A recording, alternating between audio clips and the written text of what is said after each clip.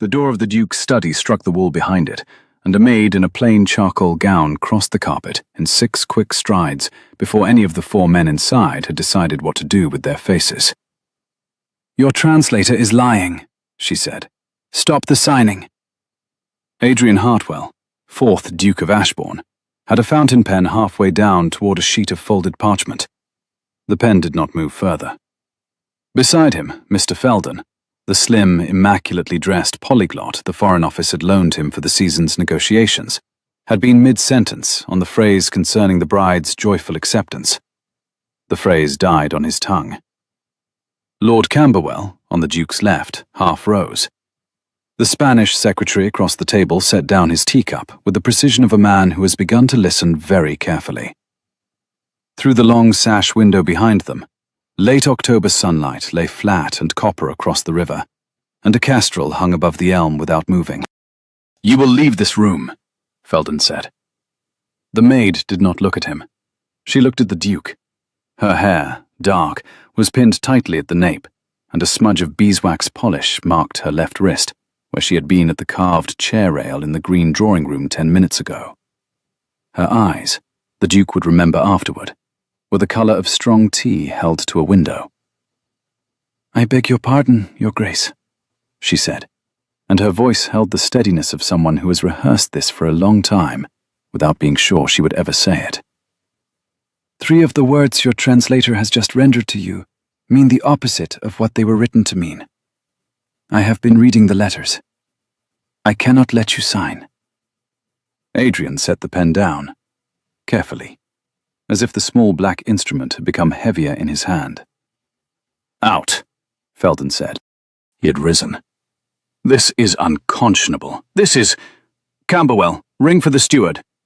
"I will ring for no one," Camberwell said mildly, "until I understand what is being said in my hearing."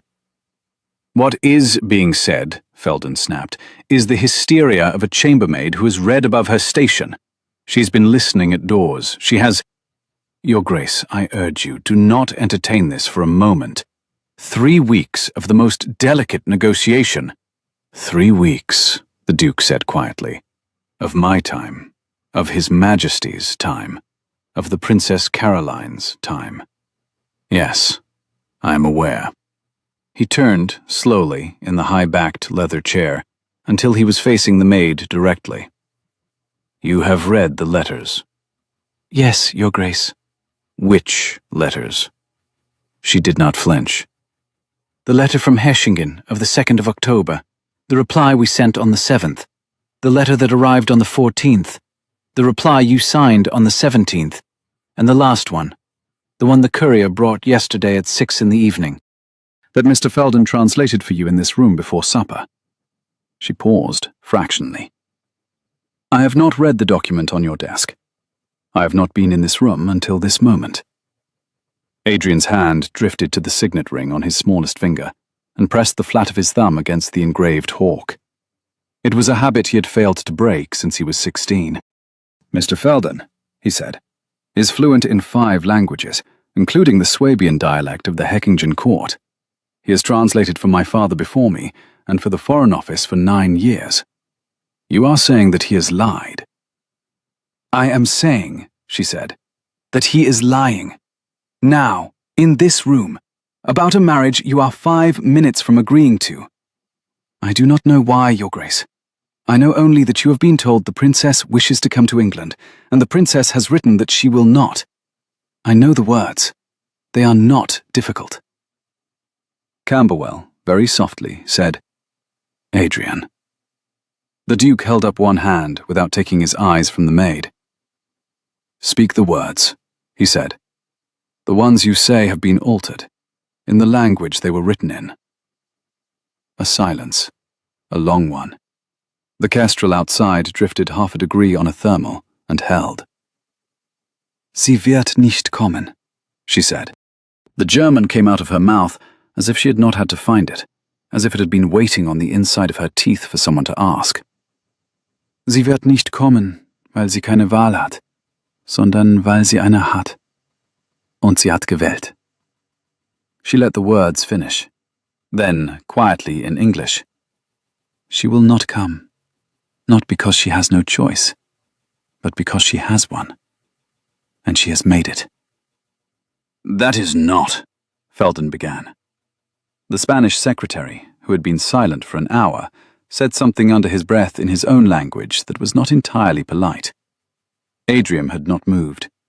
After a moment he said, in a voice the men in his service knew to be the most dangerous voice he possessed, "Mr. Felden, read me the 3rd paragraph of the letter that arrived yesterday, as you read it to me last night, word for word." "Your Grace, this is—" "Read it." Felden's hands, which had been so still, found each other. He folded them at his waist. He began to recite. The Duke listened with his eyes closed. When Felden was perhaps 4 sentences in, the Duke held up his hand again, and Felden stopped. "Now you," the Duke said. "The 3rd paragraph, as you read it." The maid did not need the letter in front of her. She spoke the German first, 6 lines, perhaps 7, and then she translated. They were not the same letter. They were not, the Duke understood distantly, the same season of the same year. He opened his eyes. He looked at the parchment on the desk. He looked at Lord Camberwell, who had gone very pale and was sitting down again. He looked last at Mr. Felden, who had not moved and was no longer pretending to look at anyone. "Send for the household," the Duke said. "Mr. Felden, you will wait in the small library. Camberwell, you will sit with him. Don Esteban, I beg your pardon for what you have witnessed in my house, and I ask you to remain in the breakfast room until I am at liberty to speak with you. I will sign nothing today." He stood. He had to put his hand on the desk to do it. He had not realized, until that moment, that the muscle in his thigh had locked. He looked at the maid. "You will come with me." "Yes, Your Grace." "What is your name?" "Inez, Your Grace. Inez Carter." He looked at her a moment longer. "That is not your name," he said, "but you will tell me the rest of it presently." He turned and walked out of the room, and after a half-beat in which she breathed once, deeply, she followed him. The corridor was cold. It was always cold along that side of the house in October, where the long windows faced the river and the panes had not been replaced since his grandfather's time. A faint draught moved the heavy crimson curtain at the gallery turn, and the smell of wood smoke from the housekeeper's parlour, 2 stories below, drifted up the back stair and met them at the half landing. Their footsteps did not match. The Duke's stride was a long man's stride. She had to half-skip every 4th pace, and he noticed and slowed without comment. The polished oak boards under their feet had been laid in the 2nd year of George II, and they sang, very faintly, with the weight of every passing person. She had been hearing them sing under her own feet 4 times a day for almost 3 months, and had never been able to walk this corridor at any other pace than a maid's. They turned at the gallery and went down the little carpeted hall to the library, and he opened the door and held it for her, which she found she had not expected. The library smelled of pipe tobacco that had been put out 3 hours ago, and of beeswax, and of the particular Green River damp the room had at this season. A coal fire was making a quiet noise in the grate. He shut the door behind them and stood in front of it for a moment, with one hand on the brass handle, before he let go. "Sit," he said. She did not sit. She stood with her back very straight near the long table by the window, and folded her hands in front of her, in the way servants in good houses are taught. "Sit, please," he said. The please came out as if he had had to think about it. She sat. He did not sit. He went to the fire instead, and then to the window, and then to the fire again, and stood with his hands behind his back, looking at the coals. "How long have you been in this house?" he said. 3 months, Your Grace, since the 2nd week of August." "Who hired you?" "Mrs. Pemberton, your housekeeper. She advertised in the Ladies' Register. I answered with a reference." "From whom?" "A widow in Bath. The reference is in your housekeeper's office. It says I was respectable and that I left because the family went abroad." "Is the widow in Bath aware that she wrote you that reference?" A pause. She is aware that her husband, before he died, employed me as a companion for her grandmother. The reference, Your Grace, is in a hand that very closely resembles hers, but I wrote it myself. You forged it? I did, Your Grace. In how many languages can you do that? In 4. 5, if you count Latin. He turned then, not quickly. His face was not the face she had seen behind the desk. There was no anger in it. There was no fear, either. There was a kind of arrested attention, the look of a man who has been informed that the floor of his own house is not where he thought it was. Your name, he said. She did not answer at once. He waited. He waited patiently. He was, she would learn, a man who had spent a great deal of his life being patient with people who could not say what they had come to say. Inés, she said. Inés María de Castel y Almodóvar. My father is the Marqués de Almodóvar. Was. He died 18 months ago. He was silent. My brother inherited, she said. My brother's debts were larger than my father had been told. My brother attempted to discharge a portion of them by promising me to a man who was prepared to consider his loan settled in exchange. I took what I could carry, in March, and went first to Lisbon, and from Lisbon to Bristol, and from Bristol to Bath. In Bath, I learnt that the Foreign Office in London employed the household of the Duke of Ashbourne for certain matters of correspondence, and that the Duke himself was understood to be involved in a marriage negotiation of some delicacy with the German Principality of Heckingen-Sigmaringen. I read of it in the Morning Post. I came north. Why? Because Heckingen is a small house, and a poor one. And I knew the princess. I met her in Vienna in 1812, when my father was at the Congress. A breath. She is 23. She has been writing to her aunt that she wishes to enter a convent of canonesses at Augsburg. She does not wish to come to England. She is being told, in the letters she receives, that you have already withdrawn the offer once and reissued it on harsher terms. Your letters say you have done no such thing. Both of these things cannot be true. The Duke walked to the long table by the window and put his hands flat on it, on either side of where she was sitting, and bent his head and looked at the inlaid wood as if it might tell him something he had not been told. Why, he said, did you wait until the morning of the signing? I did not wait, Your Grace. I tried to send word 3 weeks ago. He looked up. To whom? To Lord Camberwell, by private letter, unsigned. He did not respond. I assumed he had seen the letter and dismissed it as a mischief, or that he had not seen it because Mr. Felden collects the post. Mr. Felden collects the post. Mr. Felden collects the foreign post, Your Grace. It is, I understand, a courtesy he has been extended. Your steward gave it to him to spare your housekeeper the inconvenience of looking up the seals. How? The Duke said, very softly. Do you know that? I dust the steward's office on Tuesdays. For the first time, something in his mouth moved that might, in another room, in another conversation, have been the beginning of a laugh. It did not arrive. He pushed himself up off the table and walked to the bell rope by the door and pulled it twice, short, sharp. And then he came back to the fire. Your Grace, she said, and she rose. I have told you what I came to tell you. I will go and pack my things. If you wish to send for the magistrate, I will not run. Sit, he said. You will not be sent for the magistrate. Not by me. Not today. She sat. He looked at her then for a long enough moment that she felt the color in her face try to come up, and refused, by act of will, to let it. You walked into a room with 4 men and a contract worth more than your name to interrupt a treaty, he said. Why?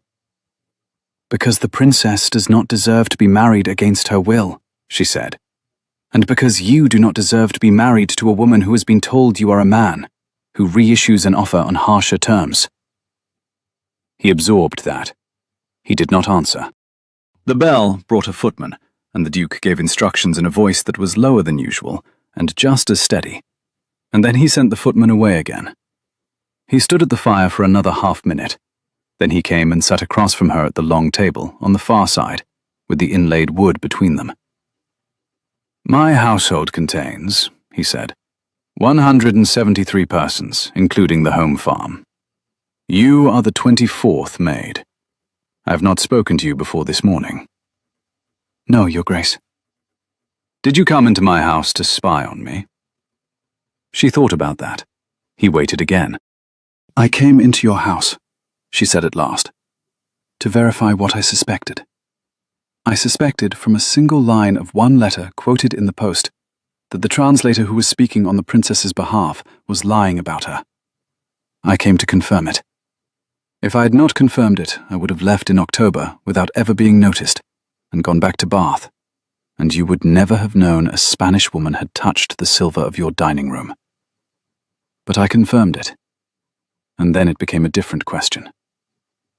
"And the different question," he said, "whether I let you sign a treaty under deception, or did not." "And you decided not?" "I decided not." He pressed his thumb against the signet ring again, and looked at her, and something in his expression, briefly, was not the Duke's expression. He was 28 years old. He had inherited a title he did not entirely want, and a Foreign Office connection he certainly had not asked for, and he had been about to marry, sight unseen, on his secretary's translation, a woman who had reportedly written to him 3 times, and whom, apparently, he had not been writing to at all. "You did not have to do this," he said. "No, Your Grace." "Why did you?" She did not answer at once. The fire shifted. A coal fell with a small sound. "Because the last time I let a man sign my name to a contract," she said, "it was my own brother. And he sold me. I did not mean to be in a room where the same thing happened to another woman, and I held my tongue." He was quiet for a long time. "Lady Inez," he said. "Inez, please, Your Grace, while I am in this house. The other name belongs to a person who has not been here for a year." "While you are in this house," he said slowly, "you are not a maid. From this moment, you are my guest. You will be put in the South Rose room. Mrs. Pemberton will be told you are the niece of an old correspondent of my mother's, who has come unexpectedly. You will eat with the family until further notice. You will have the run of the library and the morning room. You will not leave the grounds without telling me. You will continue to read every letter that arrives in this house, in any language other than English, and you will tell me precisely what each one says. Is that acceptable?" She inclined her head and said, "Yes, Your Grace." And he corrected her, quietly, with his own first name.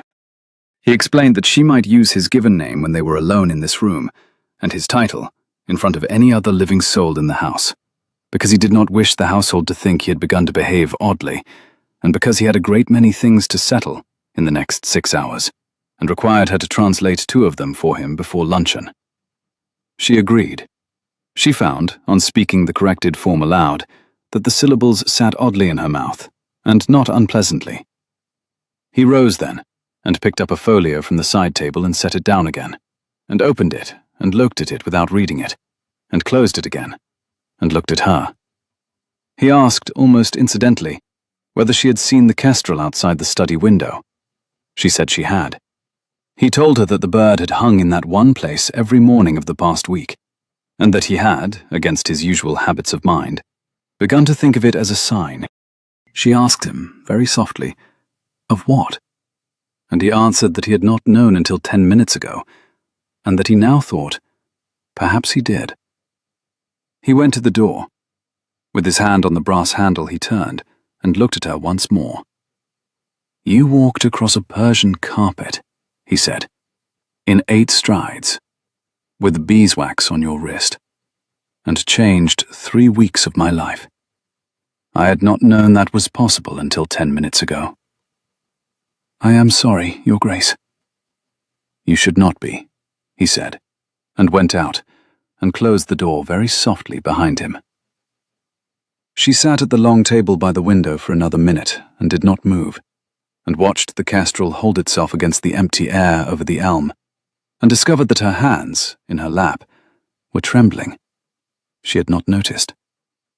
She put one hand on top of the other and stilled them, and got up, and went to find Mrs.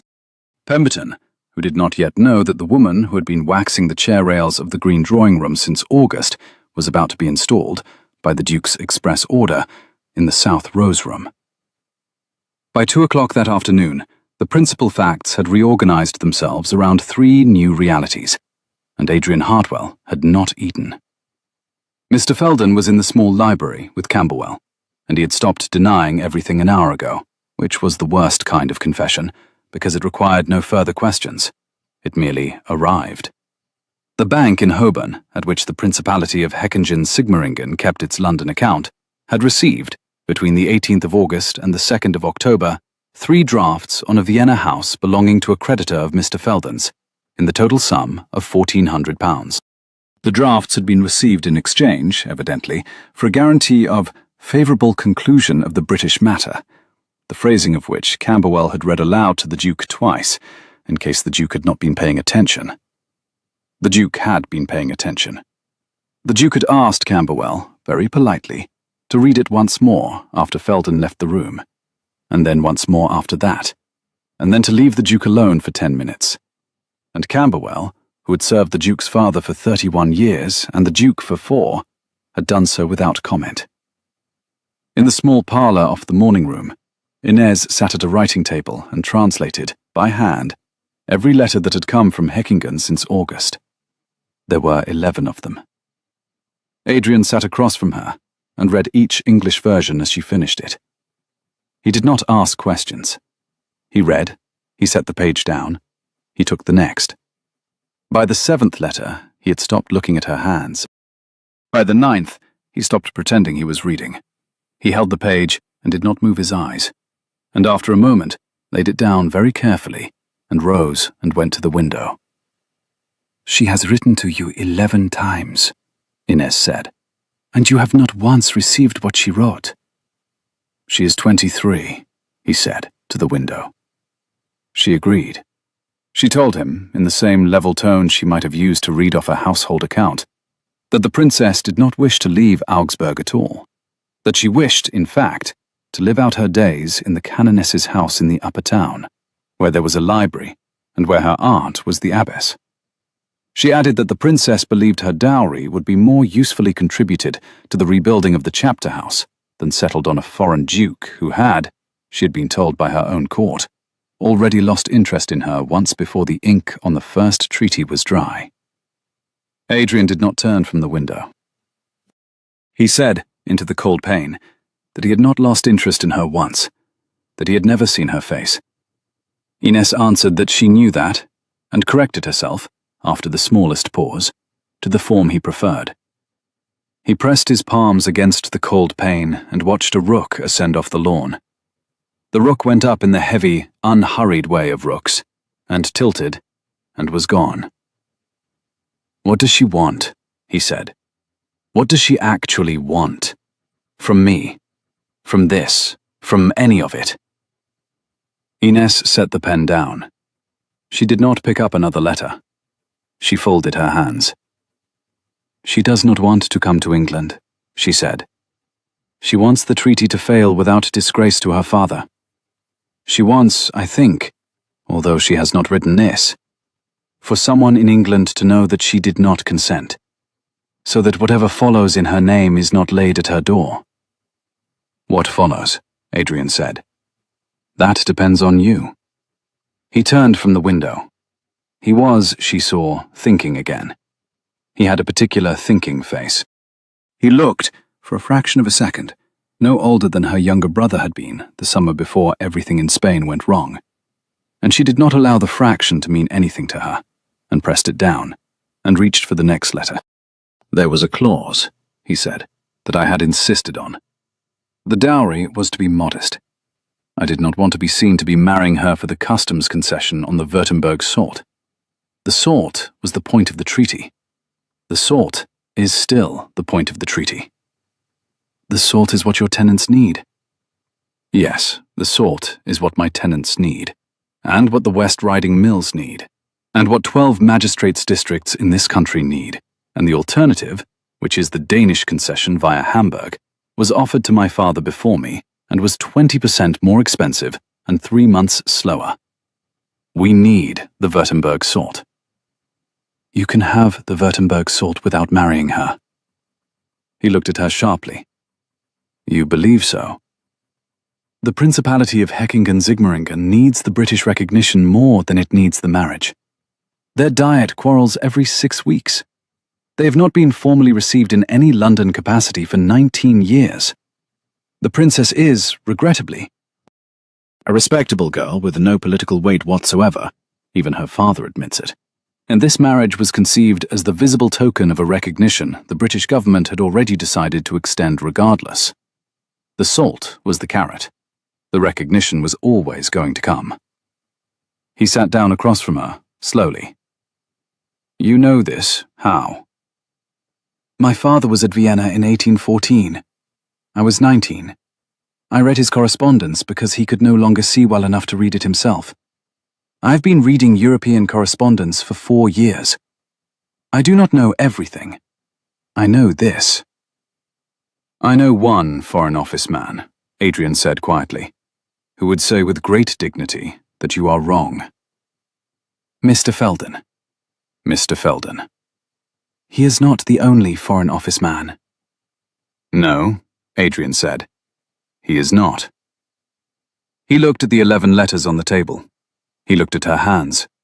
He looked, after a moment, at her face. I'm going to propose a thing to you, he said, and I would like you to consider it carefully before you answer.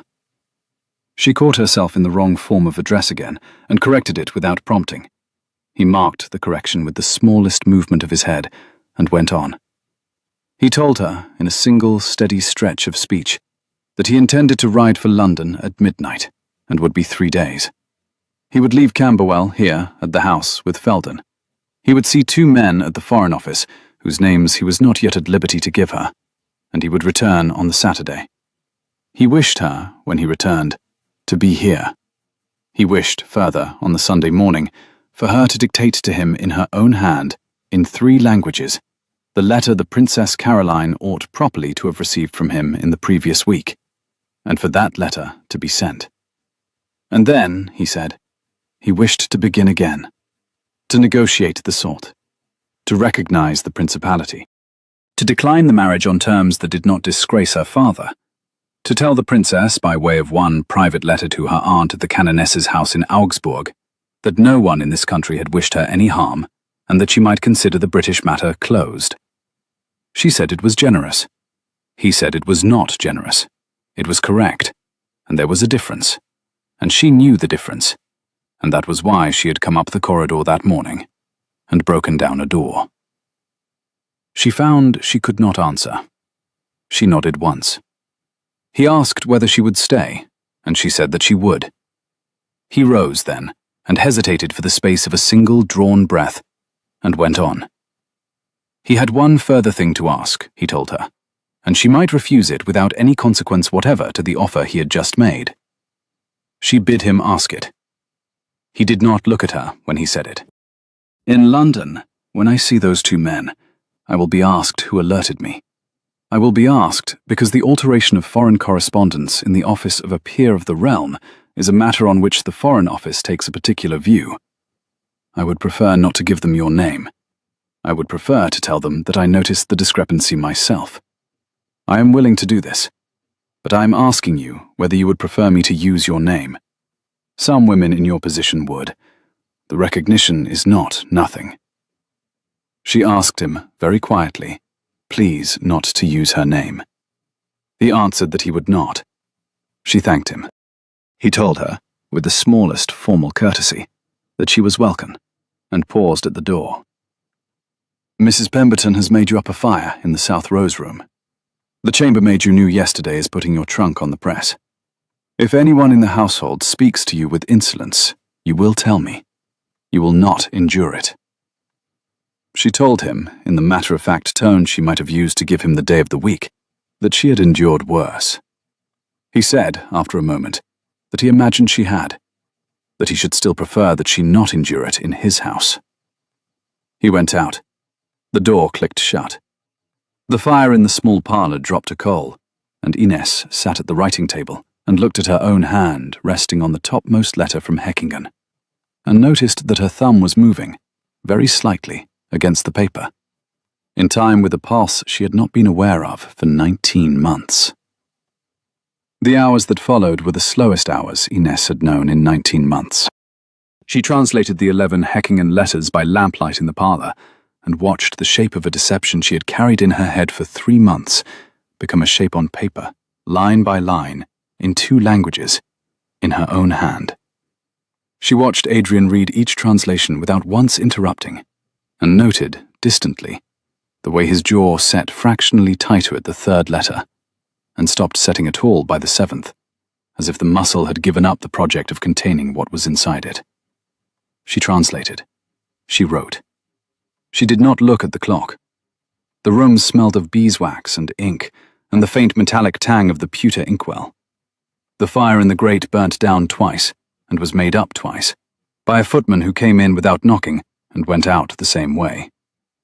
Outside the parlour window, a thin, late-afternoon light was beginning to retreat across the lawn toward the river. She did not notice it go. The wind came up around 5, a thin northeast wind that shook the last yellow leaves out of the limes along the avenue and carried them in flat, curling drifts across the gravel. The lamps in the long corridor were lit early. The footman, who had been moving through the house all afternoon, with the particular soft tread of men who have been told nothing and have therefore worked out everything, set out the silver in the small dining room with twice the usual care, polishing the pricket stems against their cuffs, straightening the napkin folds twice, lining the wine glasses to the precise breadth of a thumb. The cook, who had been informed by Mrs. Pemberton at 3:30 that there would be no signing dinner, recovered her composure inside 90 seconds and reorganized the menu around a partridge she had been keeping back for Friday.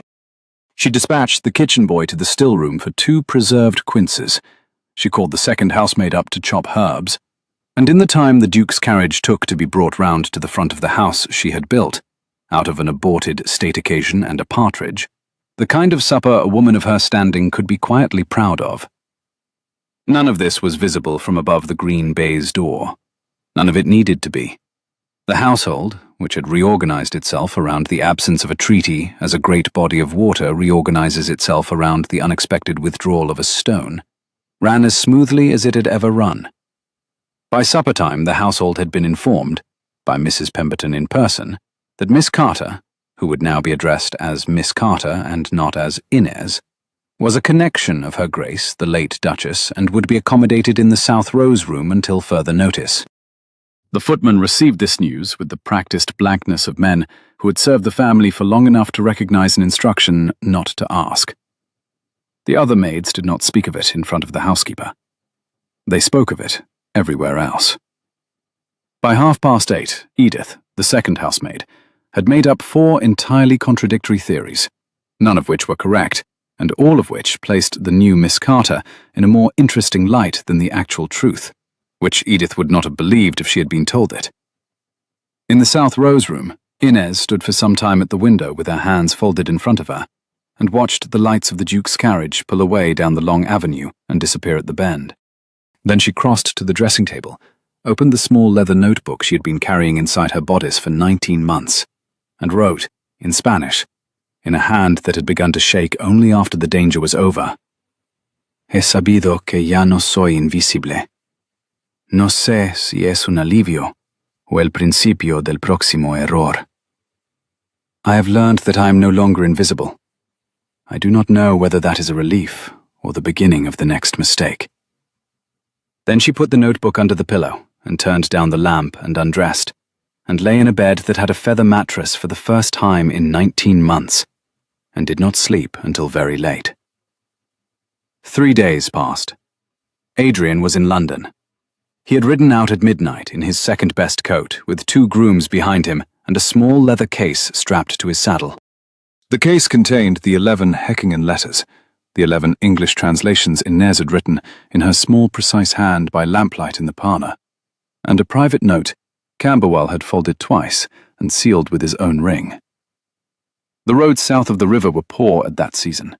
Late October had turned them to a porridge of mud and flint, and he had reached the post house at Hatfield by 4 in the morning, slept 3 hours in his boots, swallowed a cup of black coffee that tasted of grit, and ridden the rest of the way to town in a thin, grey rain that did not stop until he was at the door of the Foreign Office at noon. He had not, in any of those hours, been able to keep his mind on the road. He kept seeing a woman in a charcoal gown, crossing a Persian carpet, and the way the morning light had laid itself flat along the cuff of her wrist, where the beeswax had marked her. He kept hearing a German sentence, delivered by a voice that had not had to find the language, and a Spanish sentence, delivered by a voice that had had to find the courage. He had not, until that ride, understood that these had been the same sentence. The household, which should have been reorienting itself around the absence of a treaty signing and the presence of a Spanish lady who had until Wednesday been a chambermaid, did so with the elegance of a great house that has had 8 generations of practice at not appearing to notice anything unusual. Mr. Felden, in his rooms at the Black Lion in the village, was guarded politely by 2 of Camberwell's men, and was not heard from.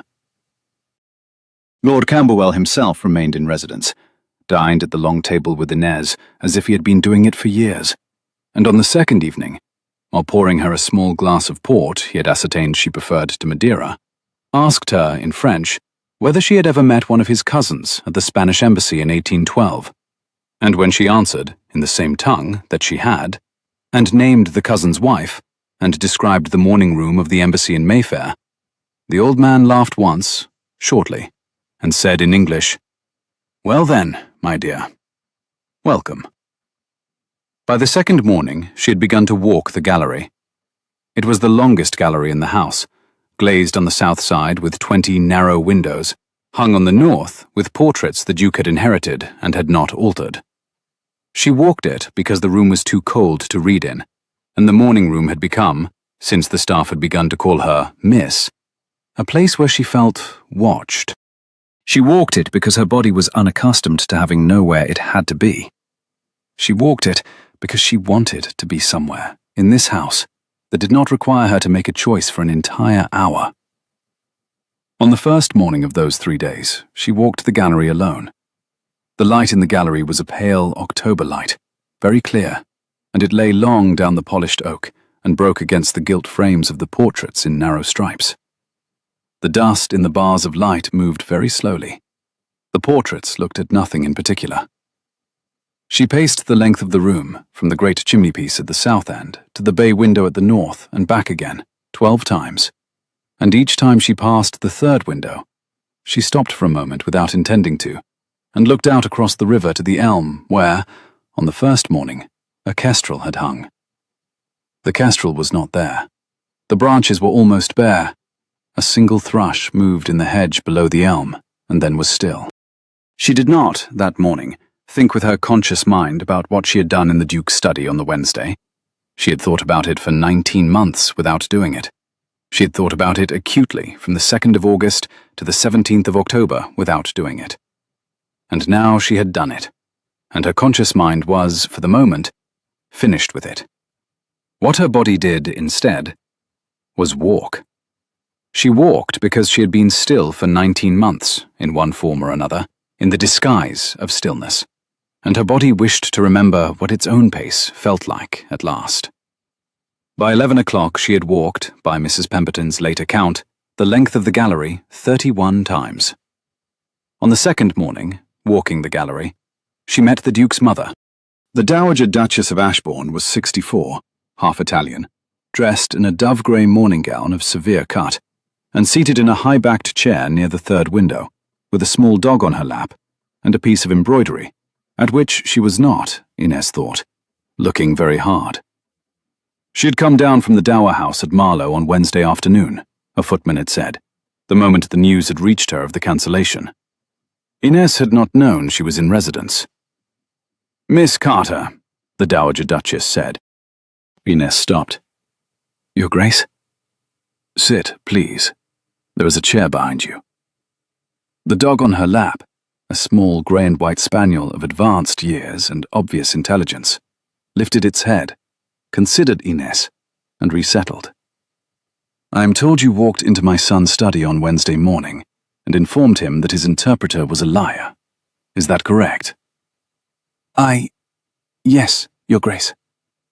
The old woman asked, with neither hurry nor impatience, in what tongue she had done so, in English first or in German first. Ines, when she understood the question, answered that she had spoken in English first, that she had told him to stop the signing in plain English, and that the German had come afterward, when she had needed to say what was in the letters. The Dowager Duchess marked this with a small considering hum and regarded her. Your English is the kind of English a Spanish lady learns when she has been governed by an English governess from age 6 or 7, and has spent more than one season at the court at Madrid before the war. It is not the English of a maid. My son did not, I take it, notice this in August? He had not heard me speak before Wednesday morning, Your Grace. No, he would not have. He does not pay attention to the people he believes himself to know. He pays the most acute attention to the people he believes himself not to know. It is one of his weaknesses. It has, on this occasion, served him. She set down the embroidery. You took a very great risk. She said yes, that she had taken the risk. Yes, for a stranger. Yes, at considerable cost to her own concealment.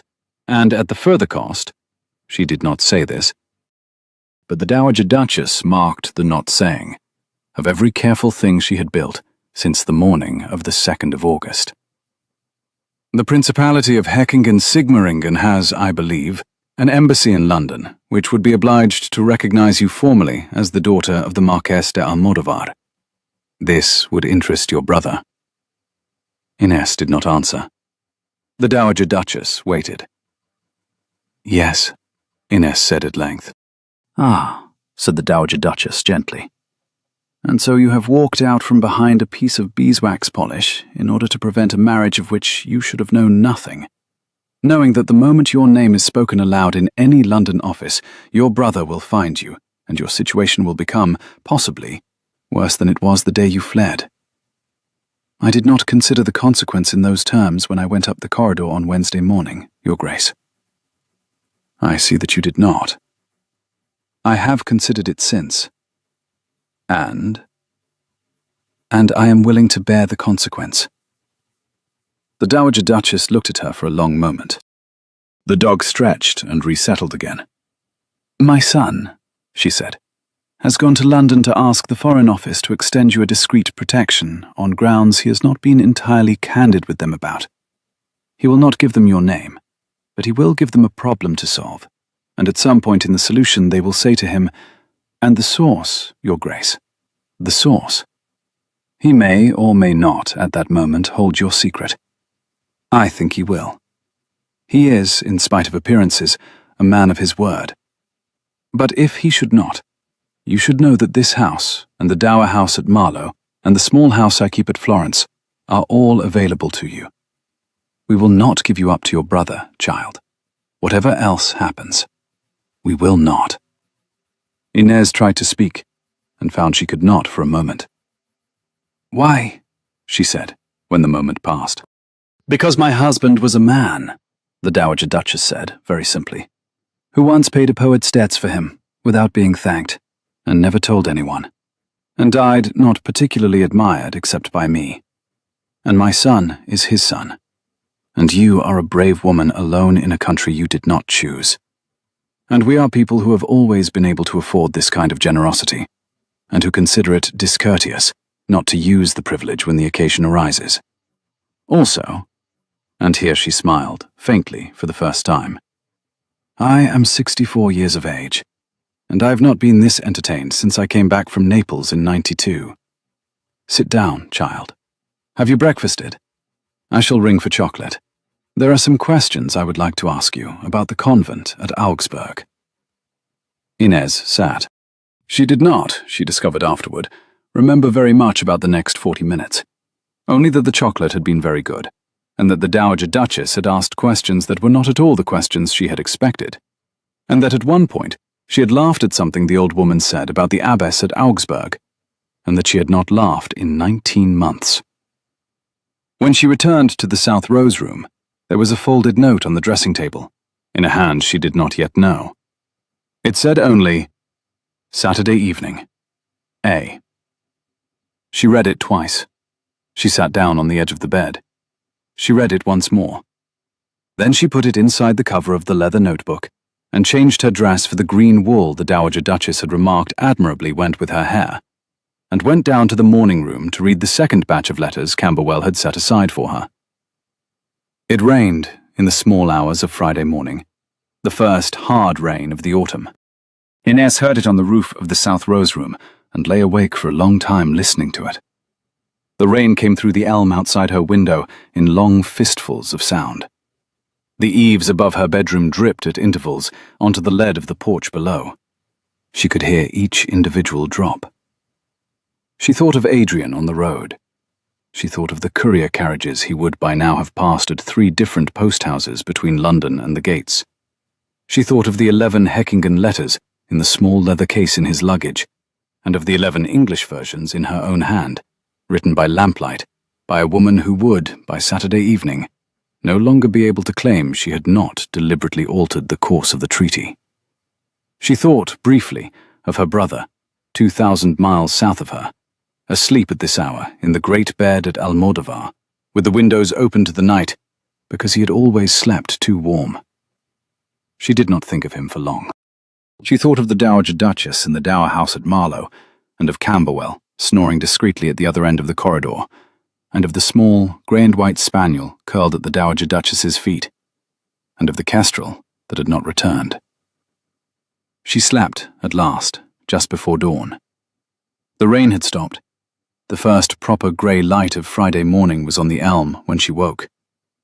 Friday itself she spent in the morning room with the Dowager Duchess and a basket of lemons that had arrived, somehow, from a hothouse in Twickenham, which the Dowager Duchess intended to candy by her own recipe, and which therefore required Inez to peel them in long, unbroken spirals, while the Dowager Duchess sliced and pressed and recited, with a brisk air of professional affront, a chronological history of all the foreign princesses who had been sent to England by their fathers in the last 100 years, and the various unsatisfactory ends to which those journeys had been put. Inez peeled. The yellow rind came away under her thumb in long, fragrant curls. She did not, until the Dowager Duchess unexpectedly said, "Your hands are very clever, child," realize that she had not held a lemon since the last summer at Almodovar. She did not say so. She turned the next lemon in her palm and began the next spiral, and the kitchen door opened at intervals to admit the second housemaid, bringing in tea, and the wind in the chimneys had dropped to a low, even sigh that did not need to be attended to, and was not. The Duke arrived on Saturday evening at 20 minutes past 7, in mud to the knees, and asked Mrs. Pemberton in the entry hall whether his guest was at supper. Mrs. Pemberton, who had been informed by the Dowager Duchess in the most unmistakable terms that Miss Carter was henceforth to be received as a family connection of the first water, answered that Miss Carter was indeed at supper in the small dining room with the Dowager Duchess and Lord Camberwell. Adrian thanked her.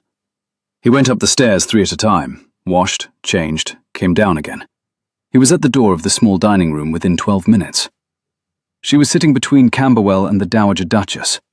She was wearing the green wool gown, and a single jet brooch at the throat that he recognized with a small jolt as one of his mother's, and she had been laughing, quietly, briefly, at something Camberwell had said. She stopped laughing when she saw him. She did not stand. She did, however, set down her glass. "I am sorry to be late," he said. "Sit, my dear," the Dowager Duchess said. "Mrs. Pemberton, set a cover. Adrian, you have eaten nothing for 3 days. Do not pretend." He sat. He looked across the table at Inez. He did not speak for a moment. Then he said, in a voice the Dowager Duchess noted later in her private journal as the voice of a man who had remembered something he had been trying not to think about throughout a long ride from London, "I have something to tell you both, and Camberwell already knows the half of it. If anyone would prefer to hear it after supper, they may say so. I would rather say it now." The Dowager Duchess bid him speak. "The Foreign Office," Adrian said, "has asked us to receive the Princess Caroline of Hechingen-Sigmaringen at this house in person. She is on the road. She will arrive in this house by Friday next, at the latest, in the company of her aunt, the abbess of the canonesses of Augsburg, and a Foreign Office representative.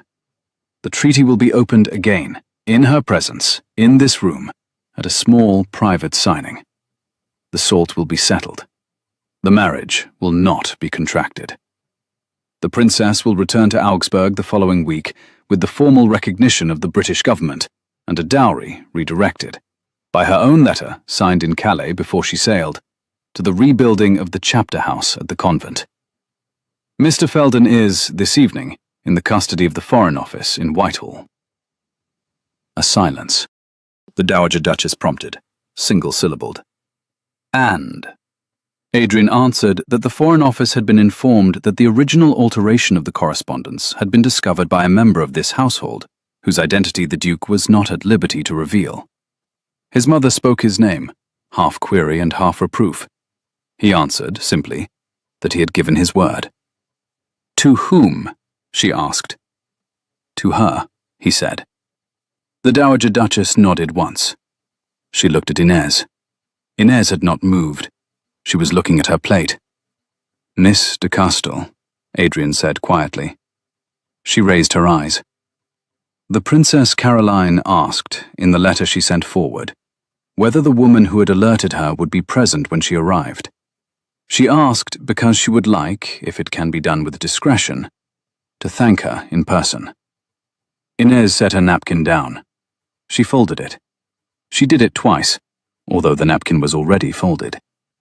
Inez observed, almost to her plate, that the princess did not know her name. Adrian said no, she did not. That she knew only that someone in England had been awake and would like to look briefly at the face of the awake person, and had said it would help her sleep on the journey home.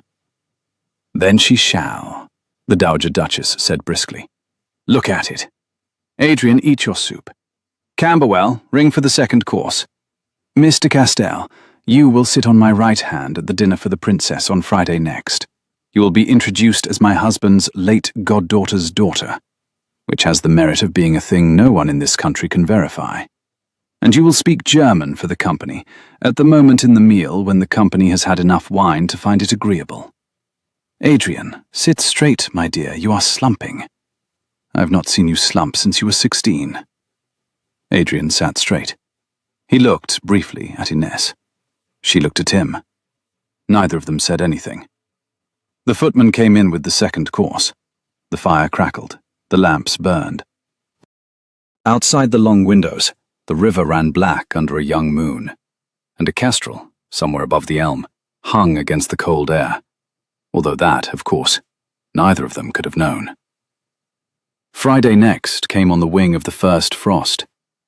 The princess arrived at 4 in the afternoon, in a travelling carriage that had been escorted through the village by 6 of Camberwell's mounted men, and one rather conspicuous representative of the Foreign Office, in a dark coat.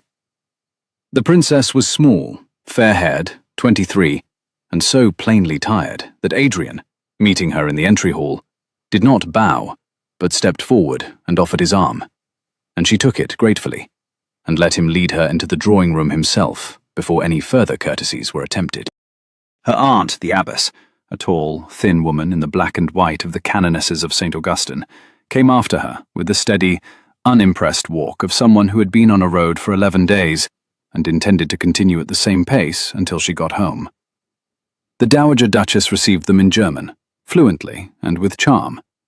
Inez, in a gown of deep amber silk that the Dowager Duchess had had altered overnight from one of her own, stood at the Dowager Duchess's right hand, with her own hands folded in front of her, and her face composed.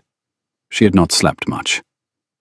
The princess, when introduced to her by the Dowager Duchess as "my late husband's goddaughter's daughter, recently arrived from Spain," looked at her with an expression that, for a fraction of a second, sharpened. It was not a hostile sharpness. It was the sharpness of a girl of 23, who had been a princess in a small court since she was 16, and had, in that time, learned which faces in a room were worth her attention. Her eyes lingered for perhaps a heartbeat. Then she dropped them. She murmured the appropriate things. She sat where she was directed. Tea was brought. The conversation, at the Dowager Duchess's deft direction, addressed the journey, the road, the weather. Adrian sat to one side and spoke chiefly to the abbess, who liked him within 5 minutes for the entirely unfair reason that he reminded her of a cousin she had been fond of as a girl. The Foreign Office man, whose name was Mr. Welkin, and who spoke serviceable German, took notes nobody could see him taking, and said almost nothing. After half an hour, the Dowager Duchess rose. "Caroline, my dear," she said in German, "you will wish to refresh yourself before supper. Miss Carter will show you to your rooms. Frau Aunt, if you would do me the very great honor of taking a turn of the conservatory with me, I have an orchid I would like your opinion on." The abbess, who knew an excuse when she heard one, rose. She and the Dowager Duchess sailed out of the drawing room arm in arm. The princess rose. So did Adrian, briefly, and Camberwell, and Mr. Welkin. The princess looked once at Adrian. She inclined her head. She turned to Inez. She addressed Inez simply by the name the household used, and asked her, with the smallest gesture, to lead the way. Inez led her up the great staircase, along the long carpeted gallery the princess had been given the use of, and to the door of the chamber Mrs. Pemberton had prepared. The princess thanked her, in German, and asked her to step inside for a moment. Inez did. The princess closed the door behind them with her own hand, walked to the center of the room, sat down on the edge of the dressing chair, and looked at her. "You are not Miss Carter," she said. Inez admitted that she was not. The princess asked her, in a voice that did not rise above the lowest register of polite conversation, to speak in German for the remainder of the interview, observing, with a small, dry humor Inez had not until that moment expected of her, that the walls in English houses were thinner than English houses thought. Inez agreed. She shifted into the second tongue without effort. The princess looked at her then for a long moment, in the unhurried way of someone reading a face she had been told about at length, but had not yet been permitted to see, and asked her, simply, how she had come to do what she had done. Inez told her. She told it briefly and without ornament. She told it because the princess deserved the version with no decoration, and because she had decided 2 days ago that if this moment came, she would not lie. The princess listened without interrupting. When Inez had finished, the princess pressed her hands together in her lap and pressed them against the silk and said in German, very low, "I prayed for someone. I prayed for one person who would be awake. I prayed for it for 40 days. You should know that. I was not, I think, expecting you, but I was praying for you. Your Highness." The princess asked her name. She would not use it, she said, where it could be heard, but she wished to have it for her own private use. Inez gave it. The princess repeated it once aloud, tasting the syllables. Her German mouth made the S a little softer than the Spanish S, but the name held. Then she said, more quietly, "Inez, there is a thing I would like to do. I would like, before I go, to thank you in front of one other person of my own choosing. I will not use your name. I will say only, this woman. But I would like the moment to exist. It is important to me." When Inez asked in front of whom, the princess named her aunt, the abbess, and the duke. Inez began to point out that the duke already knew the truth. The princess waved the objection aside before Inez had quite finished it. She was aware that the duke knew, she said, with the smallest and driest amusement Inez had heard from her yet. "I am also aware that the duke has been carrying your secret for 9 days in a London Foreign Office, alone. I would like him to be in the room when I thank you. I would like him to hear that he was not the only one who saw what was done." She looked down at her hands. "And I would like, frankly, miss, for him to see what kind of woman a man can build a life with. He has been sold a particular kind of woman in the last 5 months, the kind who weeps and consents in 3 foreign languages. I do not like to think of him being left without a corrective." Ines did not answer at once. "Your Highness," she said. "Yes." "You are very kind." "She was in her debt," the princess answered. Then, more quietly, "I am also a very small princess of a very small principality, and I have spent 5 months thinking that everyone who wished me well had been bought off. I would like, in this house before I go, to do the one thing I can usefully do." She smiled, briefly, properly, for the first time. "My aunt will think it is a piece of devotion. She thinks everything I do is a piece of devotion. Netta, we are agreed?" "We are agreed." "Good. Now sit a moment.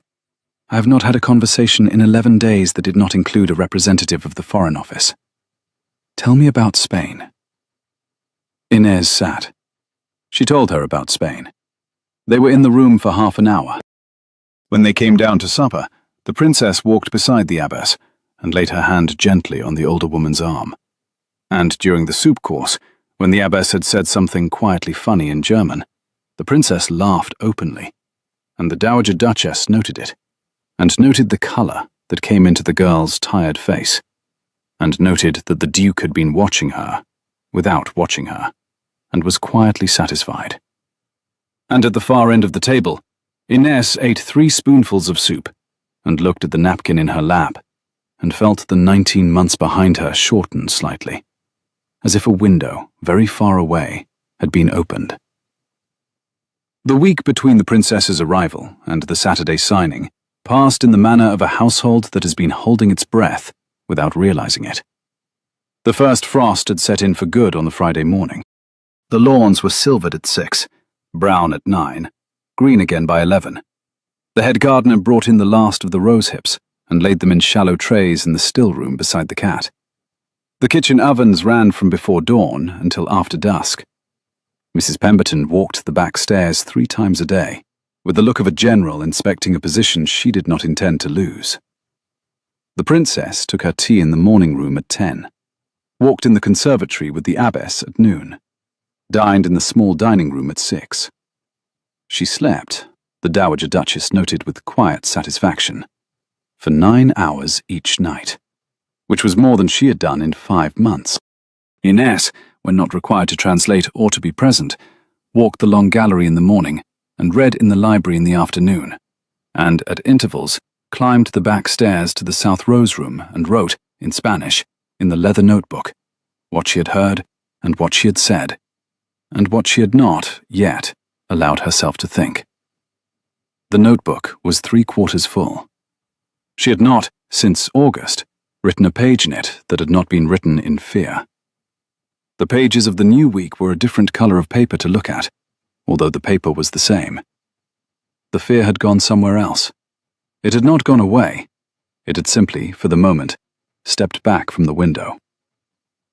The signing was on the Saturday morning at 11 o'clock in the long library.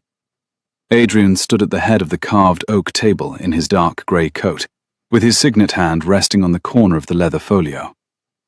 The princess sat at his right. The abbess sat at the princess's right. Mr. Welcome sat opposite, with the British copy of the redrafted treaty, the customs concession on the Württemberg salt clearly listed in the 2nd clause, and the recognition of the principality in the 3rd. Lord Camberwell sat at the foot. The Dowager Duchess stood by the fire, with one hand on the marble mantel, dressed in plum velvet, and looked exactly like a portrait of herself at 30. Ines stood by the long window, in the deep amber silk gown the Dowager Duchess had insisted she wear again, with the jet brooch at the throat, and a single string of garnets she did not remember being put around her neck. The early frost on the lawn outside was beginning to give way under the sun. The kestrel was not at the elm. The kestrel had not been at the elm since the morning of the original signing. Mr. Welkin read the treaty out in English, then in German. The princess listened. Once, at the 2nd clause, she nodded almost imperceptibly. Once, at the 5th, she glanced at Ines, who translated a single phrase under her breath without anyone noticing except the princess, who nodded again. The reading concluded. The princess took the pen first. She signed her name, in her own German hand, with a small curl at the K that the abbess permitted herself a very small smile at. She passed the pen to Adrian. Adrian signed. He pressed the seal. Mr. Welkin took the document, examined it, set it down, and rose. "Your Grace, Your Highness, Your Reverence," he said. "It is done." The princess inclined her head. She did not rise at once. She looked at Adrian. She looked at the Dowager Duchess. She looked at the abbess. Then she rose. Adrian and Welkin and Camberwell rose with her, and the abbess. "Lady Marchesa," the princess said in German, addressing the Dowager Duchess. "I owe you many things, but the chief of them is the courtesy of your house to a woman who arrived in it tired, and who has not been required in any moment under your roof to pretend to be anything other than tired. I shall not forget it."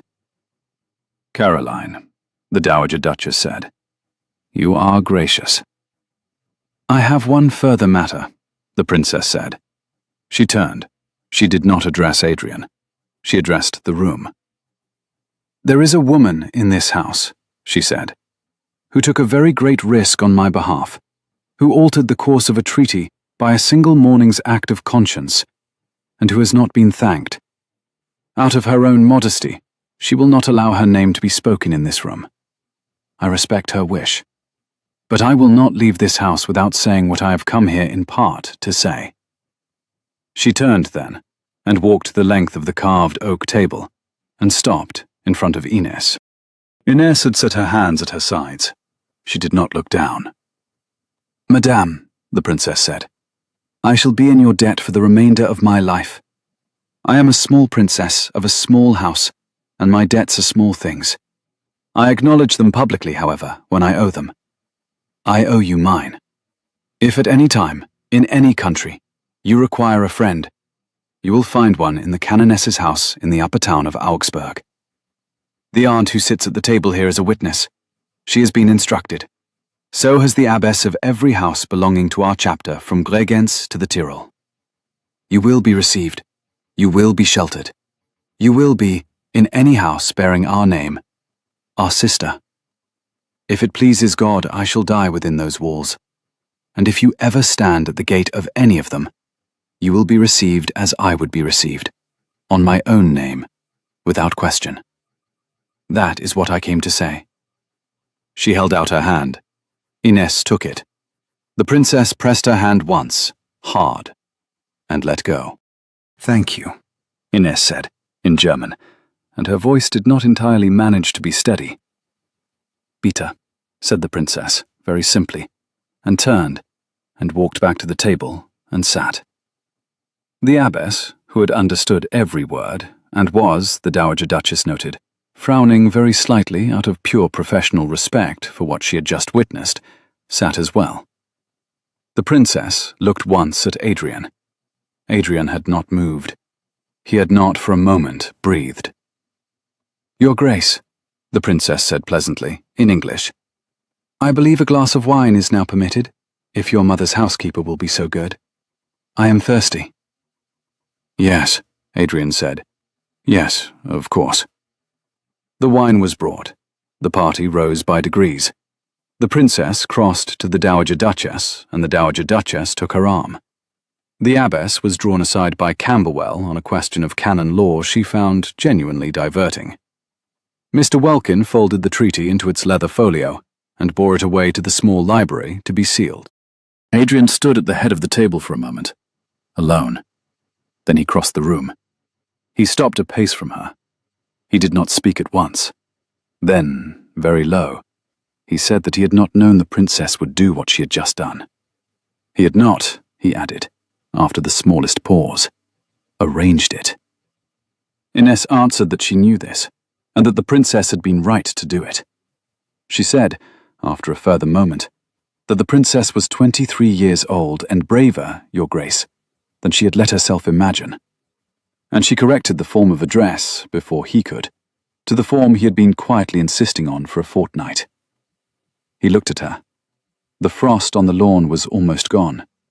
The principal facts had reorganized themselves, again, around a new set of realities, And he was, at this moment, only just beginning to understand which new realities. "In a week," he said, "the household will return to its usual order. The princess will be in Calais. Welkin will be in Whitehall. My mother will be in the dower house at Marlow with her dog and her embroidery. Camberwell will be in his rooms in town. You will be in the South Rose room, or in the morning room, or in the long gallery. I do not know what I would like to ask you. I know that I have not been able to think clearly about anything except this room, and you in it, for 9 days. I am telling you this badly. I shall do better in a week." She looked at him. "You have a week, Adrian," she said, "and so do I." He nodded once. "Yes," he said, "we do." He turned. He went to the princess, and the Dowager Duchess and his mother's left hand, and put his hand for a moment at the small of his mother's back, and asked the princess, in German, with the politeness of a man who knew she would understand the gesture, whether she would care for a quarter-hour in the conservatory before her carriage was called. The princess said she would. She took his arm. They went out. The abbess and Camberwell followed shortly. Mr. Welkin returned with the sealed folio and disappeared into the library again. The Dowager Duchess crossed the room to Inez and took her by the wrist and led her, without comment, to the window, and stood beside her. "Well, child," she said quietly, and Inez answered with the steady form of address she had at last grown into. The Dowager Duchess told her, without looking away from the window, that her son was not a man who knew how to begin a sentence of the kind he was now obliged to begin, that he had not, in his life, had occasion to learn, and that she would have to be patient with him, and to allow him to be slow. Inez said, very quietly, that she knew, and that she would.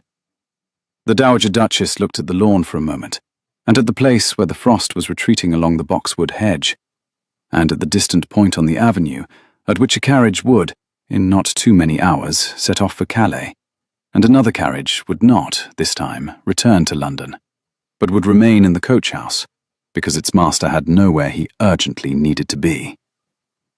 "Good," she said. The week that followed was the strangest of Adrian Hartwell's adult life, and the simplest. The princess departed for Calais on Sunday morning, with the abbess beside her in the travelling carriage, and Camberwell's 2 best men riding ahead. She left a small packet for Inez in the Dowager Duchess's hand that contained a silver cross from her own throat and a folded note in German. The note said, "Sister, Augsburg waits. K." The cross was put on the dressing table in the South Rose room, and, in the hour after the carriage's wheels had stopped being audible at the bend, Inez sat for a long time with it in her hand, and did not write in the leather notebook, because she did not yet know what to say. Mr. Welkin departed on Monday morning for London, with the sealed treaty folio in a strapped dispatch case, and a private letter to the Foreign Secretary in the inside pocket of his coat. Lord Camberwell departed on Monday afternoon, having dined on Sunday with the Dowager Duchess and Inez at a small table in the morning room, and having pressed Inez's hand at the door and said, in his courtly French, that he should consider it the privilege of his old age to receive her under his roof in town for as many seasons as she should care to come up for, that his wife, who had been dead 12 years, would have liked her enormously, and that he should, at her smallest sign, raise his hand for her in any London room. He went down the steps to his coach, looked back once, lifted his hat, and was gone. The Dowager Duchess remained. "I am not leaving for Marlow," she announced to her son at breakfast on Tuesday morning, "until the heir in this house has decided what it would like to be. You will not require me to leave before the heir has decided. Eat your kipper." Adrian ate his kipper. He had not, since the previous Wednesday, been able to look at his mother for very long without feeling that she was reading something in his face that he had not meant to put there.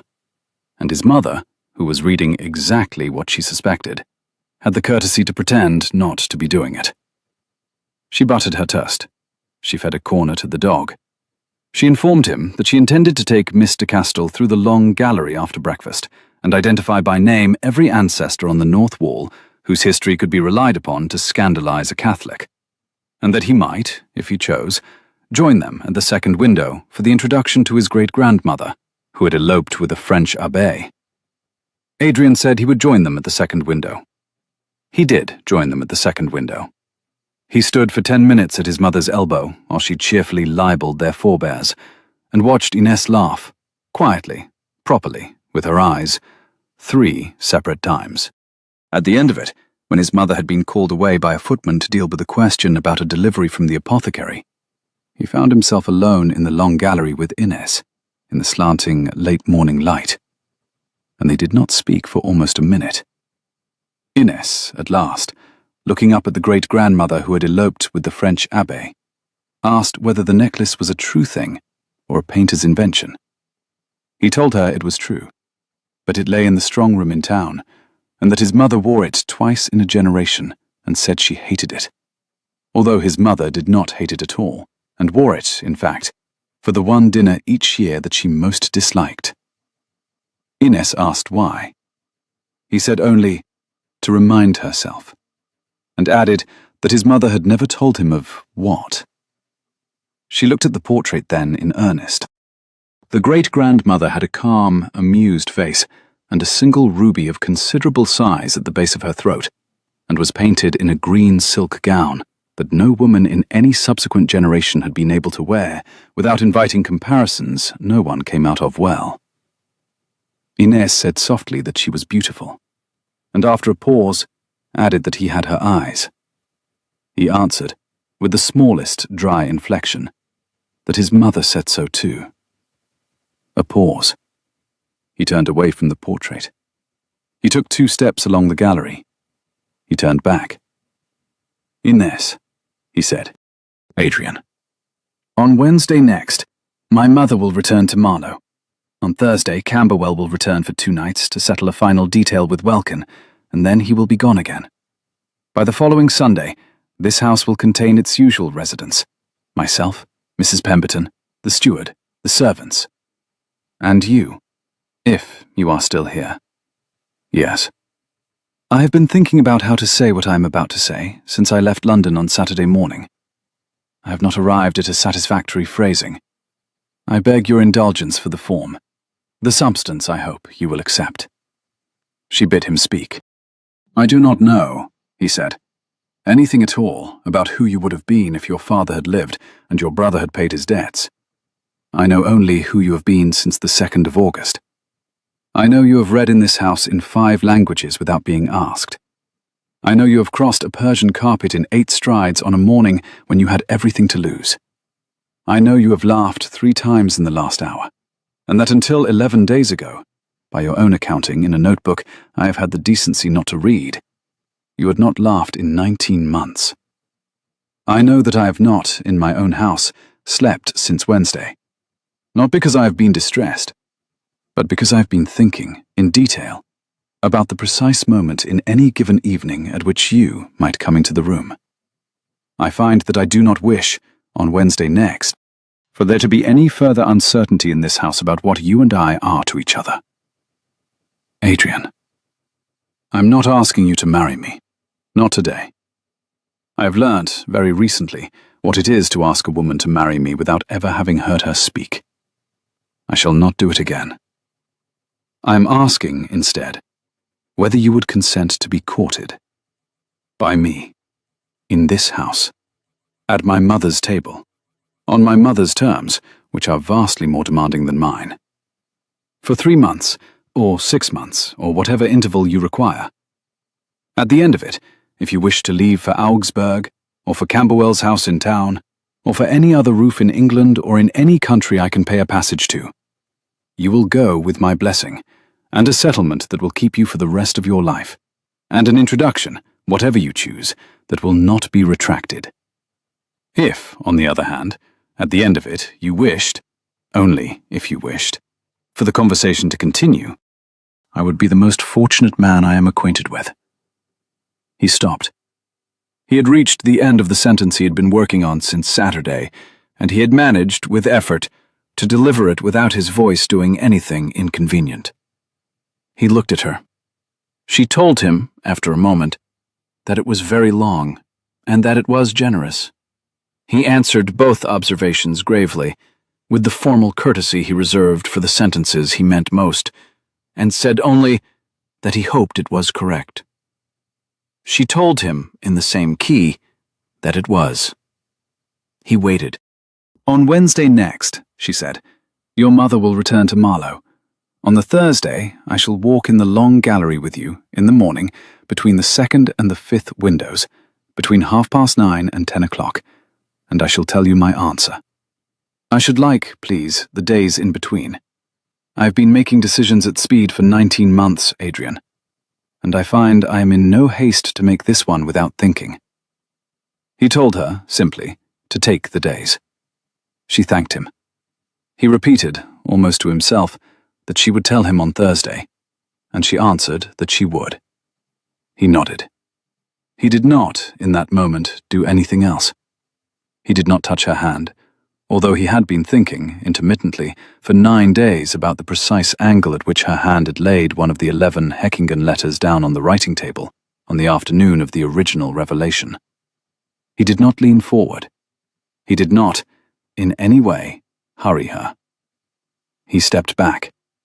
He bowed, very slightly. He turned.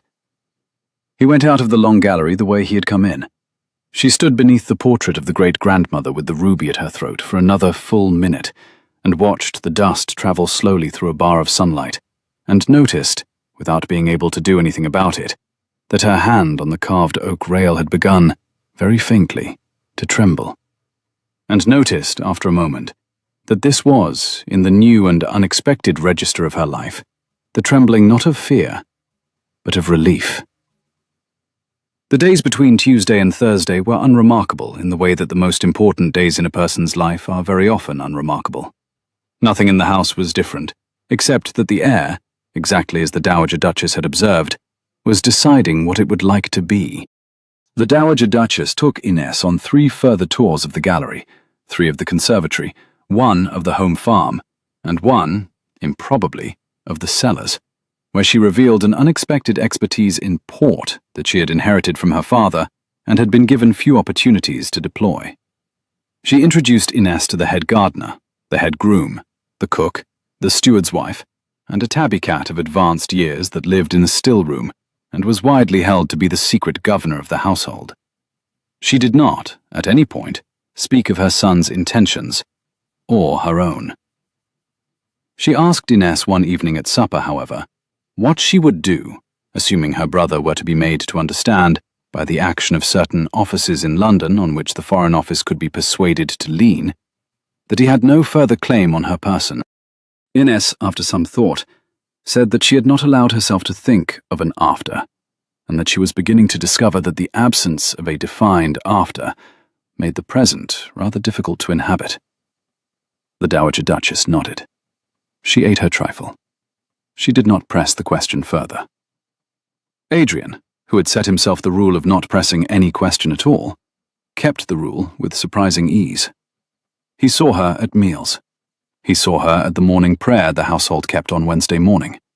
He saw her in the library, into which she had begun to drift in the late afternoon, with a folio of 17th-century Spanish poetry he had not known he owned, and which he must have inherited from his Italian grandmother.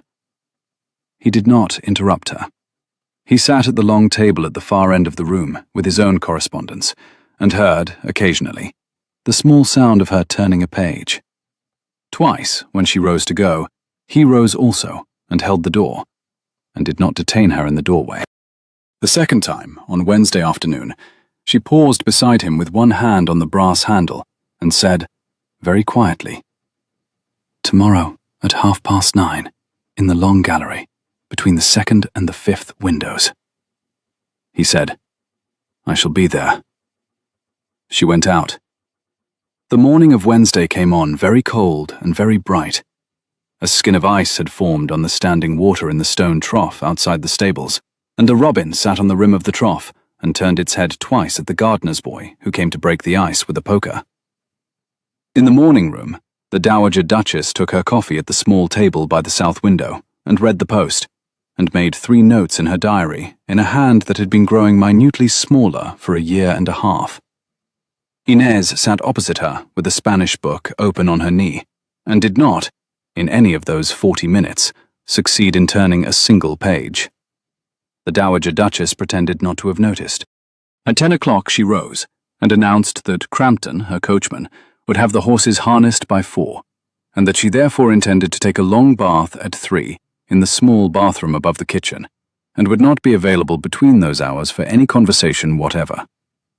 She said this to no one in particular. She kissed Inez on the forehead in passing. She went out. The Dowager Duchess departed for Marlow on Wednesday evening at 5 o'clock. She kissed Adrian on both cheeks at the foot of the front steps. She kissed Inez lightly on one cheek, and held her by both forearms for a moment, and said, in Italian, "Coraggio, figlia." She got into the coach. She lifted one gloved hand at the carriage window. The coach pulled away. The lamps in the entry hall were lit. Adrian and Inez stood for a moment side by side in the doorway, watching the coach round the bend, and then they did not look at each other, and they went, by separate stairs, to dress for supper, which they took in the small dining room together, in a silence that had nothing in it of awkwardness, and a great deal in it, the footman noted, of attention. They parted in the hall after supper. He bowed. She inclined her head. She went up the stairs to the South Rose room. He went into the library. He read for an hour without taking in a single sentence. He went to bed at 11. He did not sleep until 2. He rose at 6, dressed, breakfasted, paced, and was in the long gallery, between the 2nd and 5th windows, at 25 minutes past 9. She was already there. She was wearing the green wool gown. The morning sun, low in late October, came in slantwise through the south windows, and laid a long, cold bright bar across the polished oak floor. And she stood, half in it, and half out of it, beside the portrait of the great-grandmother and the ruby. He came along the gallery.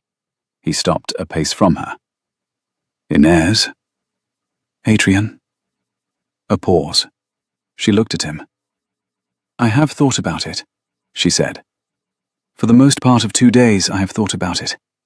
I have thought about it less in the night than I expected, because I was sleeping, which was unexpected. I have thought about it walking the long gallery, and the conservatory, and once with your mother in the cellars, where it is dark, and a person can think clearly, because there is nothing in the corner of one's eye to distract one." She turned a fraction toward the south windows, into the cold, bright bar of light. He saw her swallow once before she went on. "I have thought about Augsburg. I have thought about my brother. I have thought about Camberwell's offer, and your mother's, and the princesses. I have not thought, very much, about the thing one is supposed to think about in such cases, which is whether I love you. I know I am supposed to think about that. I do not, just yet, know the answer to that question. I have been a maid for 3 months, and a fugitive for 19, and the daughter of a man who has been gone for 18, and the part of me that knows how to answer that particular question has not been allowed out into the air for some time. I do not wish to lie to you about it.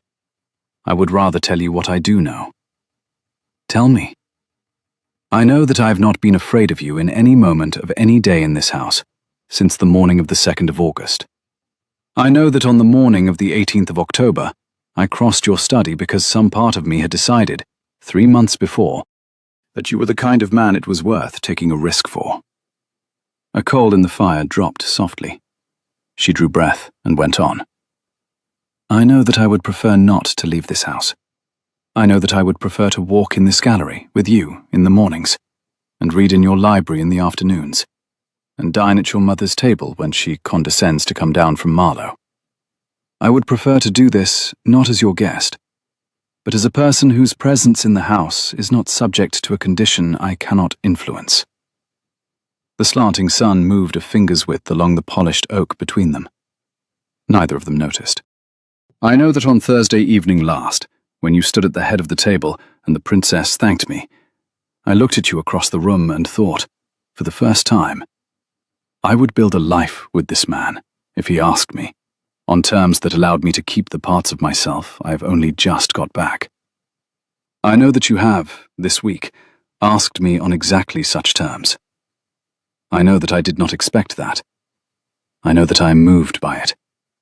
And I know that I would like, please, very much, to be courted by you, in this house, on your mother's terms, for as many months as you will give me, and that I do not, at the end of those months, expect to wish to leave for Augsburg.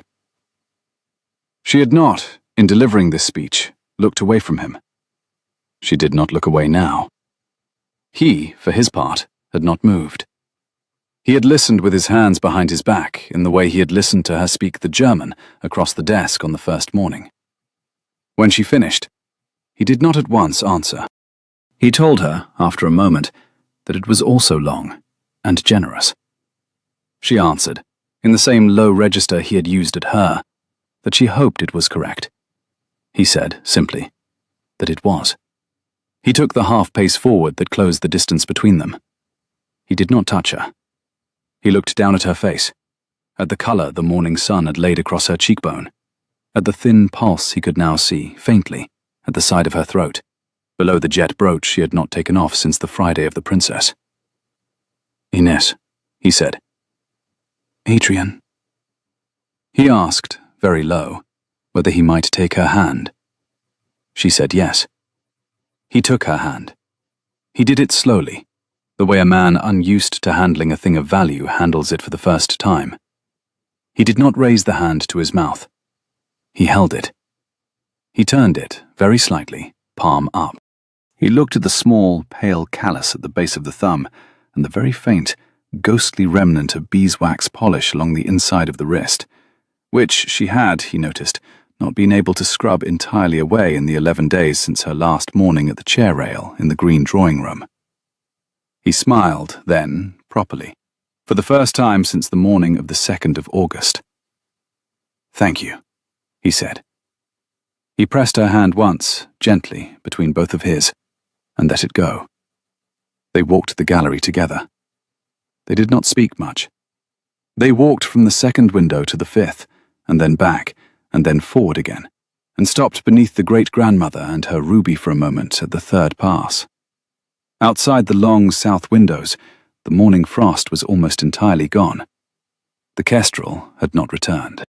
The 3 months that followed were, by the Dowager Duchess's later reckoning, the most domestic and the most luminously happy 3 months that the house had contained since 1798, when she herself had been newly married to it, and she set that down, with some surprise, in her private journal at Christmas. The house itself seemed, very gradually, to settle into a different temperature. The morning room, which had been chiefly used by Mrs. Pemberton for the disposal of correspondence, became a place where 2 pots of coffee, one black and bitter the way Adrian liked it, one with hot milk and a single shaving of orange peel laid across the rim of the cup, the way Ines had taken it as a girl in Almodovar, were carried up at 8:30 every morning instead of 1. By a tacit arrangement no one had announced, the second armchair beside the fireplace acquired a small, persimmon-coloured cushion that the Dowager Duchess had sent down from Marlow with a single line in her hand. "For the chair, child, not for you. He keeps the room cold." The library, similarly, acquired a small writing desk in the south window that had not been there in the previous Duke's time. On it appeared by Christmas a glass inkwell of unusual lapis colour, 2 17th-century Spanish duodecimos in vellum bindings, whose pages still smelt faintly of the dry sun of Andalusia, and a small silver letter opener with a Toledo mark, whose bone handle was warm to the touch even in the coldest morning hour. The long gallery, on whose north wall the great-grandmother with the ruby continued her unblinking presidency, witnessed almost daily, between the 2nd and the 5th windows, between 9:30 and 10 o'clock, 2 figures walking slowly side by side, in conversation that more than one footman, passing along the cross corridor, paused at the doorway to listen to, and then, blushing slightly, hastened on. Adrian and Ines walked the gallery in the mornings. They read in the library in the afternoons. They dined with the Dowager Duchess on her thrice-monthly descents from Marlow, and with Camberwell on his fortnightly visits up from town. And on every other evening, they dined together, in the small dining room, with the footman at a discreet remove, and a single candelabrum between them. They did not, at any point, hurry. Adrian developed, over the first 3 weeks, a quiet and entirely unself-conscious habit of bringing her books he thought she might find interesting and leaving them on the table by the south window of the library without comment. She developed, over the same 3 weeks, a habit of leaving notes inside the books, in a single sentence, in whichever of her 5 languages best fit the observation. He learnt a great deal of Italian very quickly. She learnt a great deal of patience about waiting for him to find words. He, for his part, learnt that her silence was almost never reproof, and that her laugh, when it came chiefly through her eyes. In the second week of November, the Foreign Office, in the person of Mr. Welkin, communicated by private letter to the Duke that the brother of one Inés Maria de Castel y Almodóvar, Marquess in the 3rd generation, had been informed through a quiet diplomatic channel, but the young lady in question had taken up residence in a house of canonesses on the continent.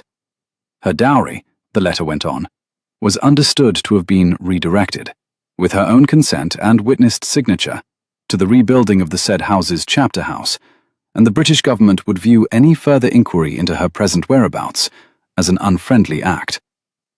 The brother had, with considerable speed and a perceptible sigh of relief, written a formal renunciation of all claim on his sister's person, and what remained of her property, and had thrown himself with renewed vigour into the management of his Andalusian vineyards. Inés read this letter twice, sitting at the window of the South Rose room. The afternoon light, weak November light, lay flat on her hands and on the page. She set the letter on her knee. Then she went down the stairs and along the corridor and into the library, and crossed to the long table where Adrian was working, and said, "He has let me go." Adrian set down his pen. He rose. He did not, in front of the steward who was also in the room, do anything beyond extending his hand across the table. But in his hand, when she took it, was an answer she had not needed to ask for. By the first week of December, the house had quietly begun to anticipate.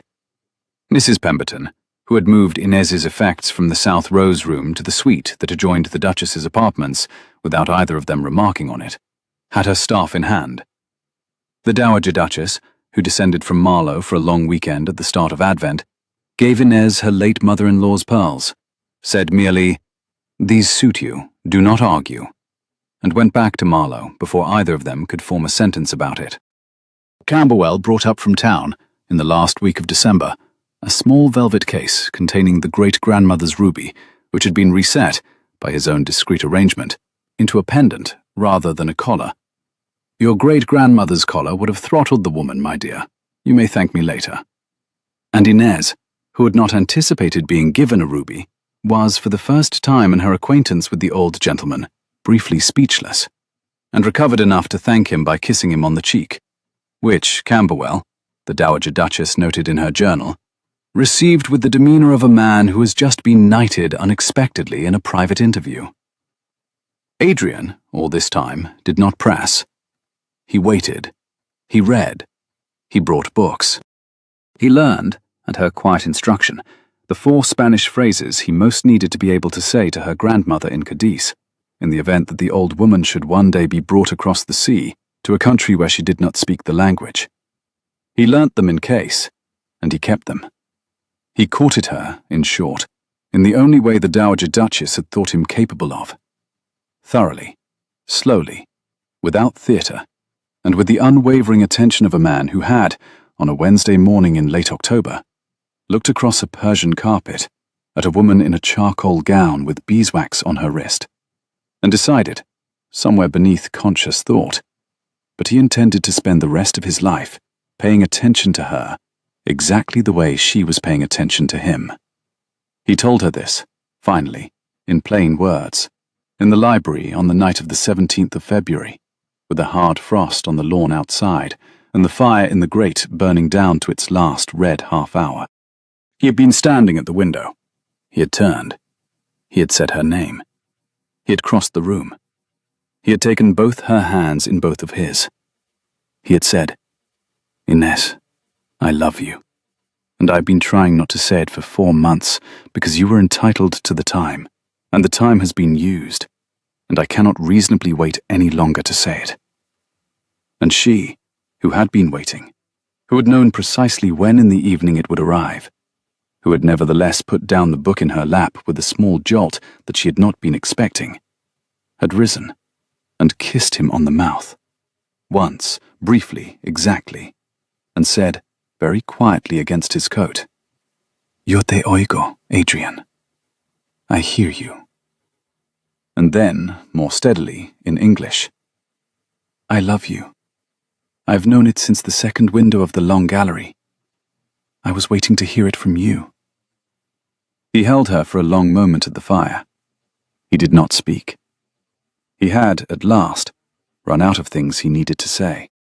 They were married in the chapel of Ashbourne, in the 3rd week of April, in the soft, new green of an English spring, by the rector of the village, and in the presence of the Dowager Duchess, Lord Camberwell, Mr. Welkin, who had, against expectation, become a close friend of the Duke's, Mrs. Pemberton, the steward, the head gardener, the head groom, the cook, the still-room cat, which had unaccountably managed to be in the chapel before anyone arrived, and was permitted to remain, and, by way of a small, hand-bound prayer book sent ahead from Augsburg with a German inscription, the absent good wishes of the canonesses of St. Augustine of the Upper Town. The bride wore the great-grandmother's ruby, reset, at her throat. The groom did not, in the entire course of the ceremony, take his eyes off her. The Dowager Duchess permitted herself one small, dignified weep at the moment of the rings, and Camberwell, with great gallantry, pretended not to have noticed.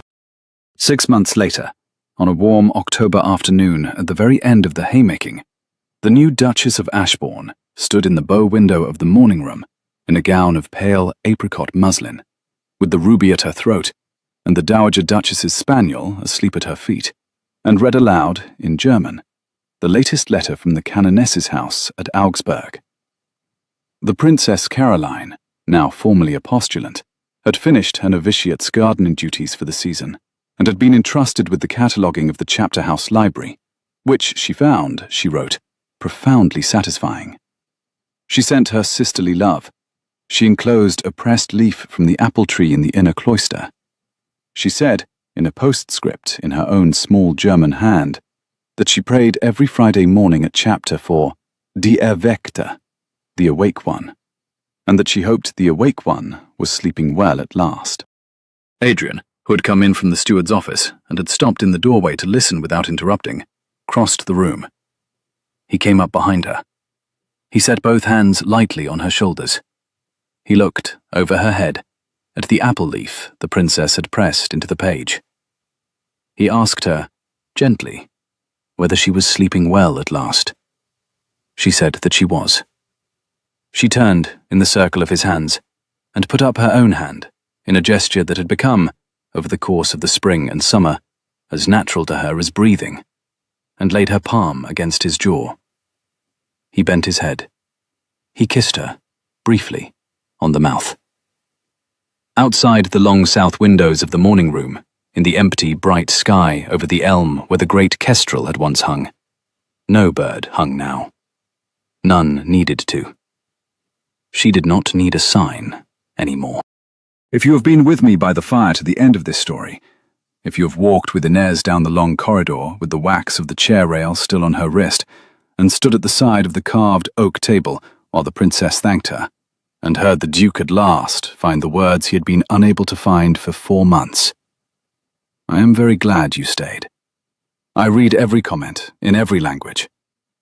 Tell me, if you will, was there a moment in this long autumn when you found you were holding your breath?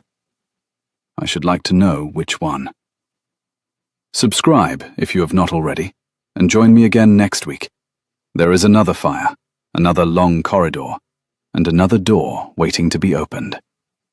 Until then,